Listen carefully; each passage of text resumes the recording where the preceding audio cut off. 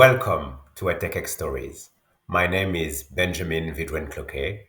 I'm CEO and co-founder of EdTechX Holdings and partner at Ibis Capital. EdTechX Stories is a short weekly interaction with CEOs, founders, investors, and innovators shaping and making the future of education and work. So welcome to EdTechX Stories, and I hope you enjoy our next session. Thank you.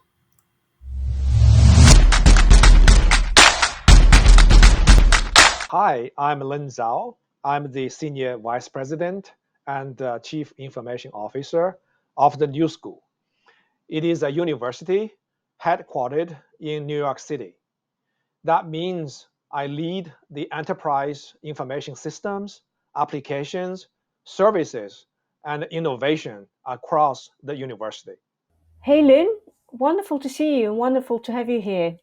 My first question is about the defining moment in your life where you decided to kind of make a move and journey towards higher education and ultimately arrive at the new school. Can you tell us a bit more about that? Yeah, so I had the privilege to work for the world greatest institutions in four industries. The data storage, semiconductor, artificial intelligence, and higher education. My personal experience made the higher education a special place in my heart.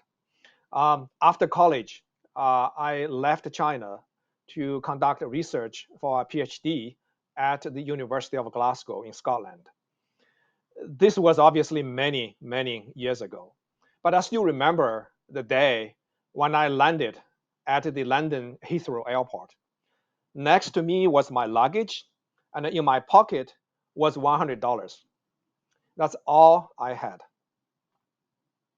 It was the university, the higher education, that prepared me for the complex world. Had it not been the higher education, I wouldn't have the conversation today over here. So I felt a sincere obligation to contribute to the higher education. That's where I'm here today. I see. Okay, and so Lynn, obviously the new school is sort of a university with a difference, I would say, and technology plays a very important role. Innovation plays a very important role. So, can you tell us a little bit more about your role in this and how you've carved out that niche of innovation in the new school? The new school was founded roughly about a century ago in New York City by a small group of prominent American intellectuals and educators. The new school was founded for social research. The university has grown to include 5 colleges, and but the social justice is embedded in our core values and is an essential part of our belief and actions. What drove me to really thinking about and also driving the education innovation is my conjecture. I tend to think about the history because we have seen 3 major industrial revolutions. The first was the steam power in the 18th century. The second was the electric power in the 19th century. It's about 100 years apart. And then the third was in the 20th century, where the computer plays a critical role in the partial automation.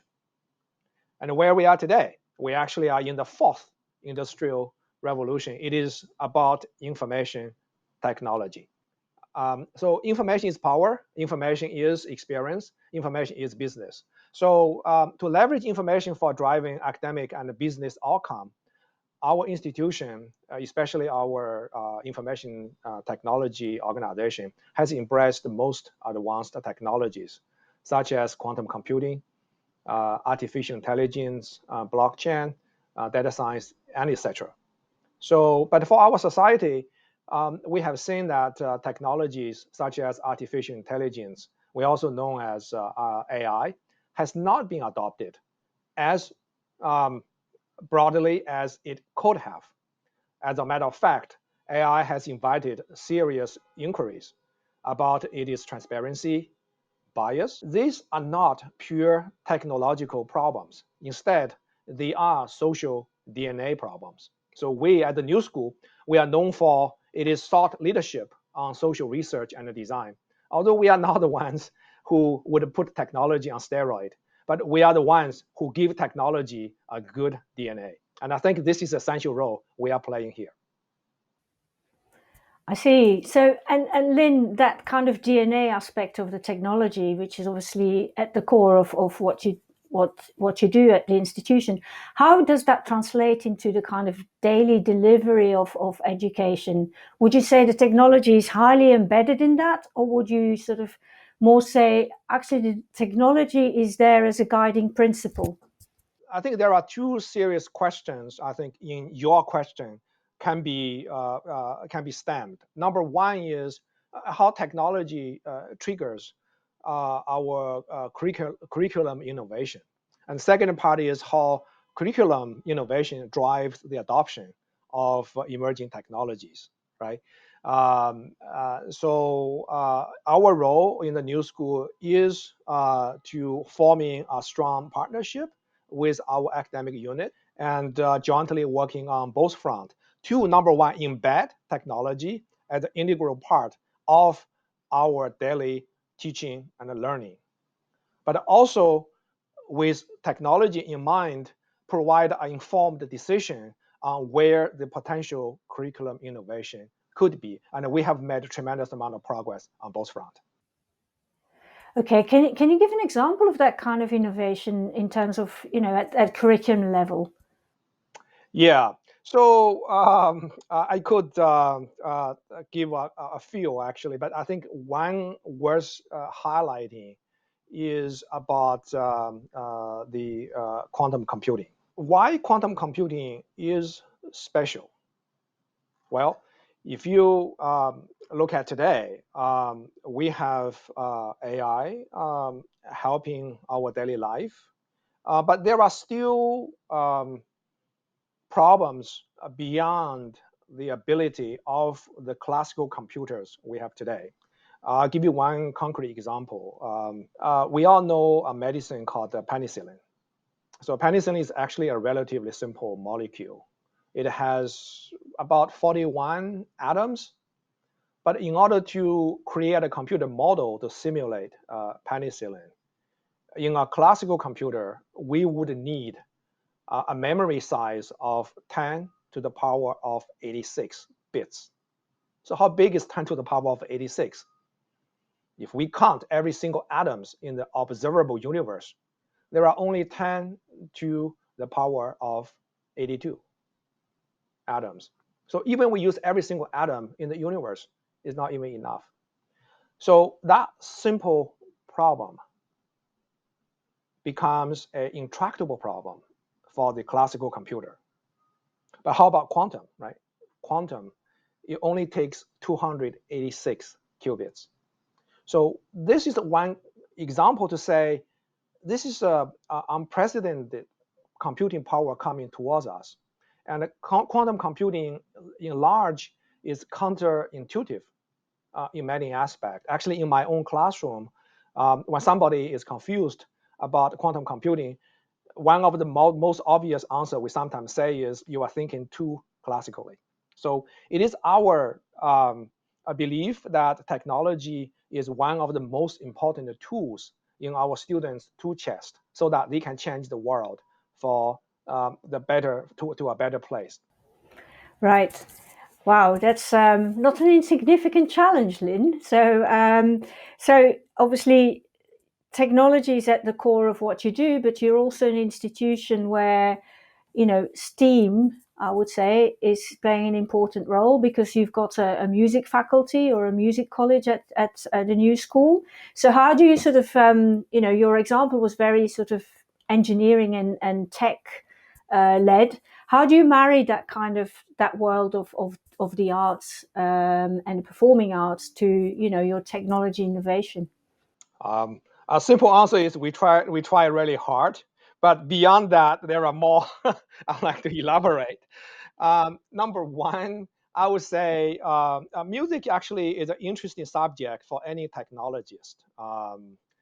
beyond we go to theaters and the movies to enjoy the music. I think the creation and also the performance of music, that piece of art, yeah, first of all, is an interesting problem for technology to support, but also it's also a good, I would say, tester for any new technology. If you can manage music performance, usually the technology is on a good footing. So we have the COPA College for Performing Arts, and we have formed a very strong connections to enable their work in terms of sound, visual recording, composition, and etc. I think number two is beyond what the traditional music school is doing. We also enabling our students and faculty to start creating music and arts using quantum computing. So we create actually quantum-based arts and music. I'm very excited to share with you, Carla, actually this week. We are conducting a quantum design jam with a focus on art, music, and the design. This is the first of a kind design jam. We co-hosted in partnership with IBM. We have fantastic participations. So I look forward to the award ceremony and to see what winning idea may come up. It might be music, it might be arts, but we have seen even through our classrooms, our students have created quantum computer composed musics already. Wow, that's amazing. I can't wait to see the kind of the outcome of this. And I hope you will share it with us, because that sounds absolutely amazing. That actually brings me to some rapid fire questions, Lin.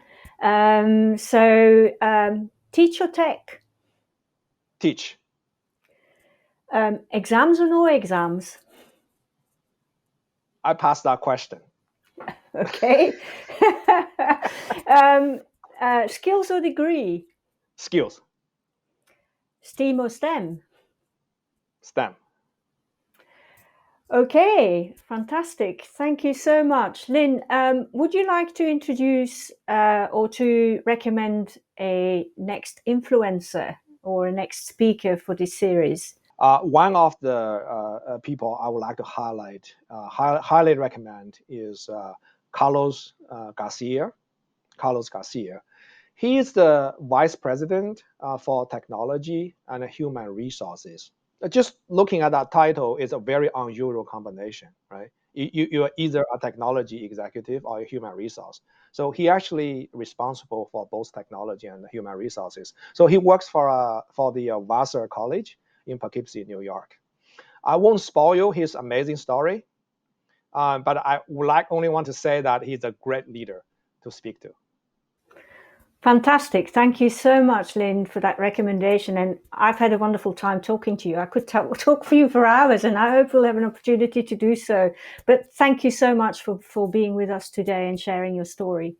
Nice talking to you, Carla.